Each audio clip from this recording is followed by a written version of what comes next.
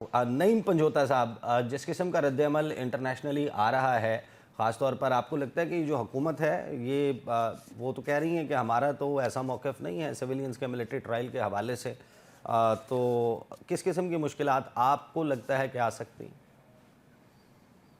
नकवी साहब, बहुत शुक्रिया, आपने मौका दिया। देखें, ये एक तरफ से जो है ना, जब इंटरनेशनल लेवल पर कोई बात इस तरह की आती है तो इनकी स्टेटमेंट्स बदलती रहती हैं और फिर कुछ वज़रा उनमें से फिर भी कहते रहते हैं, जनाब देखें जी इनकी बड़ी लॉबीज़ हैं, इन्होंने फर्म दायर की हुई हैं और देखें जी फलां बंदा सपोर्ट कर रहा है। लेकिन दुनिया में कहीं पर अगर ह्यूमन राइट्स की वायलेशंस होती हैं, तो पाकिस्तान भी अपना मौक़िफ़ रखता है, दीगर मुल्क मौक़िफ़ रखते हैं।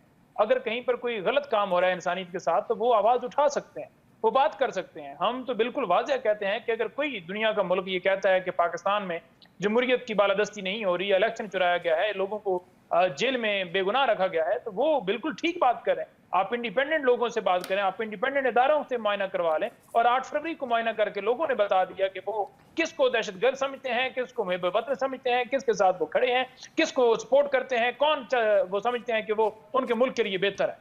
दूसरी बात यह है कि सिविलियन का मिलिट्री ट्रायल की सूरत भी नहीं हो सकता। काजी फैसल साहब ने, जो कि बड़े इनके हॉट रहे और उन्होंने भी अपने फैसले के अंदर हॉट ये कहा हुआ फेवरेट। है कि जनाब सिविलियन का मिलिट्री ट्रायल जो है वो नहीं हो सकता, आईनी तरमीम के बाद भी नहीं हो सकता। तो फिर कैसे हो सकता है?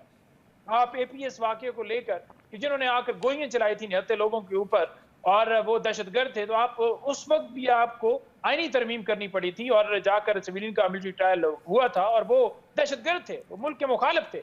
यहाँ पर पाकिस्तान की अवाम में एक सियासी जमात को सपोर्ट करते हैं, उसके लीडर को कॉलर से पकड़कर घसीटते हुए लेकर गए हैं और वो एहतजाज के लिए निकले हैं, उस के सामने आए हैं जिसने जिसने घसीटा है। तो क्या जुर्म है? अगर वहां पर लोग शामिल होकर और उकसाकर 10 बंदों को, 15 बंदों को, 20 बंदों को अंदर लेकर चले जाते हैं, तो मोर उठाने पर या वहां पर पीटीआई का झंडा लगाने पर या वहां खड़े होकर वीडियो बनाने पर आप 10 साल सजा दे देंगे और वो सजा देगा जो कि एक हुकूमत के नीचे एक इदारा आता है, इदारे का एक अफिसर है, वो सजा देगा। तो फिर आइन को खत्म कर दें, जो आइन कहता है कि अदलिया के 3 सतून है, रियासत के 3 सतून है, अदलिया है, लेकिन मुकर्रर है, आप इस बात से फिर तो अदलिया तो वाकिफ, नाम अलग। पंजोता साहब, आप इस बात से तो वाकिफ है ना कि आप खान साहब के दौरे हुकूमत में भी मिलिट्री ट्रायल्स हुए हैं सिविलियन के, और आपकी पार्टी के भी बहुत सारे लोग बढ़ चढ़ कर इसकी हिमायत में बात करते रहे। देखिए, मैंने आपको मौक़िफ़ दिया है कि जो सिविलियन के मिलिट्री ट्रायल हुए हैं, आईनी तरमीम के बाद हुए हैं और वो उस वक़्त हुए हैं जब एपीएस में दहशतगर्दों ने गोलियों के साथ एक पूरा एक हमला किया था, ऑपरेशन किया था, शहीद किया था बच्चों को, उस वक़्त हुआ। ठीक है, आप अगर इंडियन कोई आपका पकड़ा जाता है, तो उसको आप प्रोटोकॉल दे रहे होते हैं, अगर कोई राह का एजेंट पकड़ा जाता है, उसको आप प्रोटोकॉल दे रहे होते हैं और अगर सियासी जमात के कारकुन ये समझते हैं कि उनके मुल्क के अंदर जमहूरियत होनी चाहिए, वो डी चौक पहुँचते हैं, आप गोलियाँ चला देते हैं नहीं, उन पर। ये किस कानून के तहत मैं निकला? उन वो साहब अनीस की सब्ज़ी, बात कर रहा हूँ मैं उसका जिन्होंने ज़िक्र ज़रूर करूँगा। आज मैं उन साहब की सुन लीजिए बात कर रहा हूँ हफ़ीज़ साहब, जिन्होंने बड़ा कोई ज़रूरी खत है। लिखे थे। मैं उन जी। साहब की बात कर रहा हूँ जिन्होंने कुछ खतूत लिखे थे, जिसके बाद वो किसी रिटायर्ड मिलिट्री ऑफिसर के बेटे थे, उनका खुद ताल्लुक जो है वो मिलिट्री से नहीं था, उनको उठाया भी गया था, उनका ट्रायल भी हुआ। Correct me if I am wrong. देखिए, बात ये है कि अगर तो किसी का खुफिया उसने सीक्रेट लीक किया है, तो बिल्कुल जो है उसके ऊपर वो बनता है। बट अगर आप ये समझते हैं कि एक पुरअमन एहतजाज के ऊपर आप लोगों को उठाकर कर लेंगे, तो पूरी इंटरनेशनल तंजीम में हर ऑर्गेनाइजेशन बोलेगी, लिखेगी, हम बात करेंगे कि ये बिल्कुल गलत है। और सुप्रीम कोर्ट के जजेस अपने रिमार्क्स के अंदर कह रहे हैं कि जब सिविलियन के लिए सिविलियन कोर्ट्स मौजूद हैं। देखें, पाकिस्तान के अंदर सबसे बड़ा होता है किसका है? सदर पाकिस्तान का है। और अगर सदर हाउस हमला होता है तो वो भी ट्रायल जो है वो एटीए के तहत मुकदमात दर्ज होते हैं और एंटी टेररिज्म कोर्ट में होते हैं।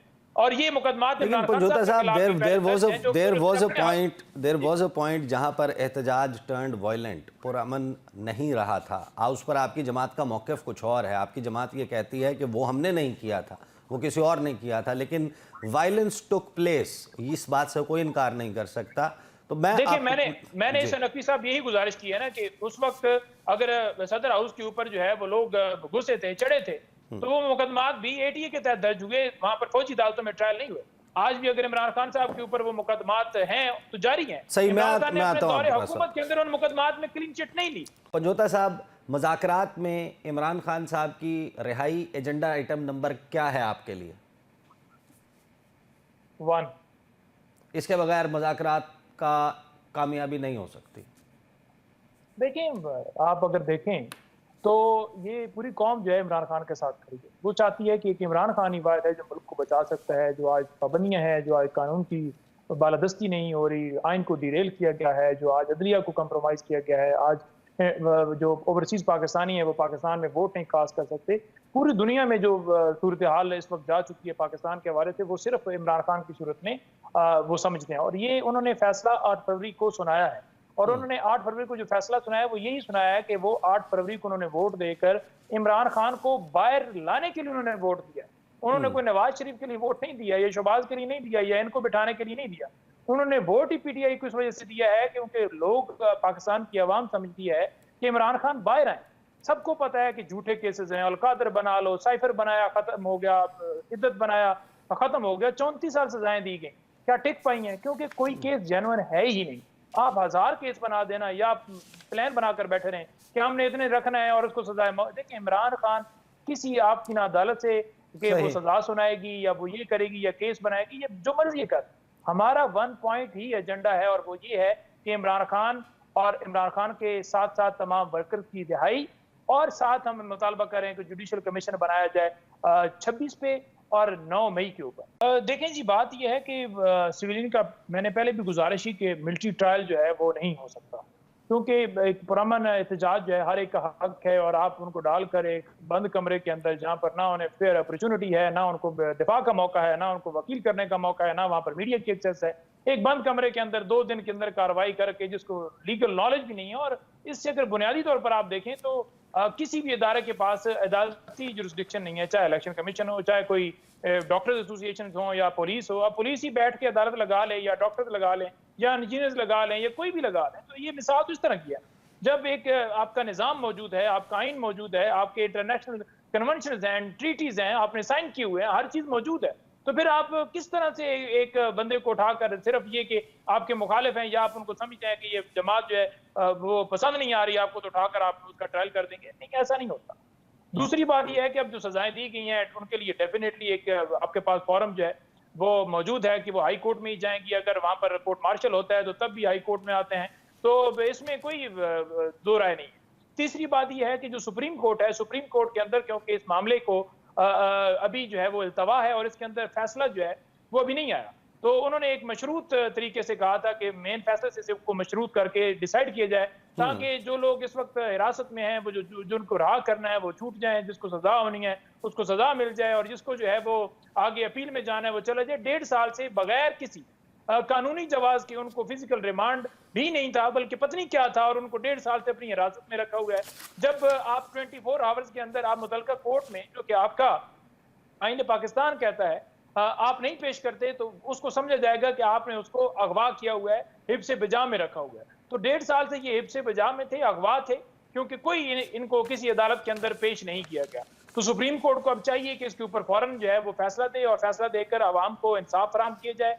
बाकी जो नीचे अपीलें हैं वो अब 25 को हुई है, बाकी भी 85 भी पेंडिंग, 85 में से 25 हुए हैं जो पेंडिंग्स हैं, उनके ऊपर भी डिसीजन दिया जाए। और ये जो निहत्ते लोग थे जिनको सिर्फ इस मामले के ऊपर उठा लिया गया कि किसी ने जो है वो जाकर मोर चुराया है, किसी ने ये किया, 1.5 साल आपने उनको इस तरह एक बंद कोठरी में रखा कि जहां पर कोई एक्सेस नहीं है। ओपन ट्रायल हो, पता चलता है ये एविडेंस है, वो पेश करना चाहते हैं, फेयर ट्रायल में, तो फेयर ट्रायल तो मिला नहीं। सही। अब बात इन्होंने की है कि इमरान खान साहब, देखें इमरान खान साहब ने हमेशा कहा ये फौज हमारी है, ये इदारे हमारे हैं, और उन्होंने कहा कि देखें पुरअमन एहतजाज आपका हक है।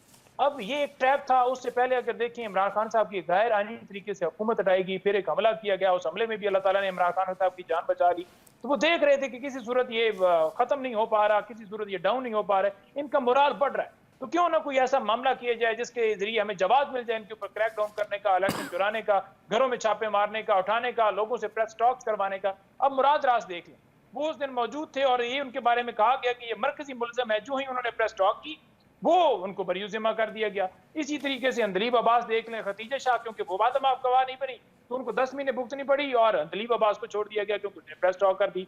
तो ये इस तरह का जो सारा किया गया वो नजर आ रहा था कि पीटीआई के ऊपर क्रैकडाउन करने के लिए एक मुकम्मल प्लान कराया गया। इसी वजह से जुडिशल कमीशन नहीं बनाया जा रहा। हम कह रहे हैं कि वो जुडिशल कमीशन, यही तो हमारा मुतालबा है, जो कि आइन और कहते हैं जी कि जब एक सबूत मौजूद हो, जब एक हमें पता है जी कि आपने किया, 2 राय है ही नहीं, तो फिर जुडिशल कमीशन क्यों बनाना है? भाई ये आपकी राय है, हमारी राय है, अवाम की राय है जो 8 फरवरी को दी है कि झूठा सारा मामला था, ये पुरअमन जमात है और ये मुहिब-ए-वतन पाकिस्तानी, हम इनको सपोर्ट करते हैं, यही पाकिस्तान को आगे लेकर जा सकते हैं इमरान खान। तो इसलिए जब दो राय आ जाती है तो जुडिशियल कमीशन बनाया जाता है। सही।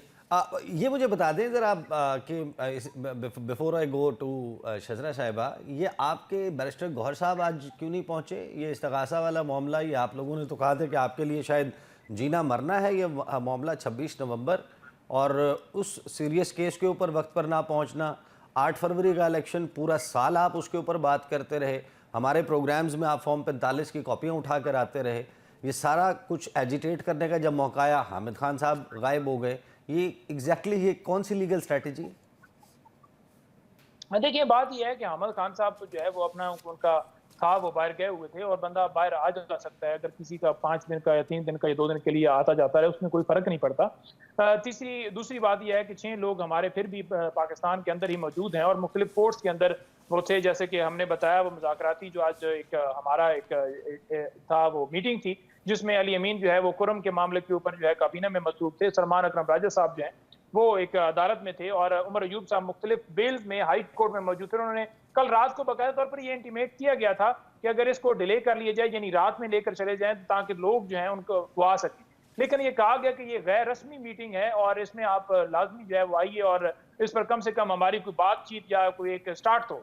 तो वो स्टार्ट हुआ और वो उसके अंदर जो आपने देखा कि मौक़िफ़ हमारा आ गया। देखिए, बैरिस्टर गौर की आपने बात की, ये केस बहुत अहम है हमारे लिए, हमने इसके ऊपर मुकम्मल तैयारी की है।